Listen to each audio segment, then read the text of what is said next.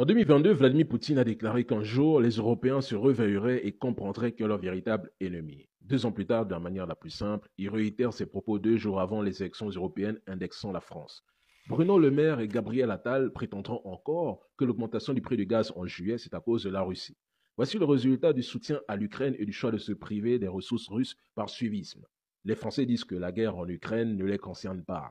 Mais depuis quand votre avis compte-t-il sous la Macronie?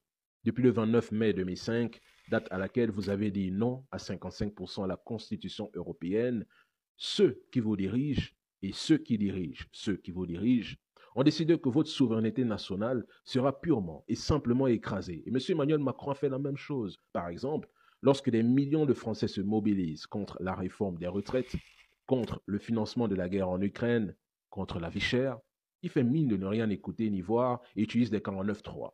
Lorsqu'on fait un diagnostic clinique de la France, 2 causes principales ressortent: l'OTAN et l'Union européenne. Et la seule solution pour guérir est de voter Frexit et de sortir du commandement intégré de l'OTAN.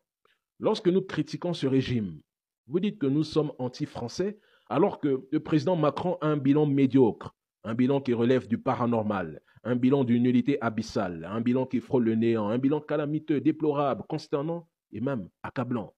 Dans tous les domaines, c'est catastrophique.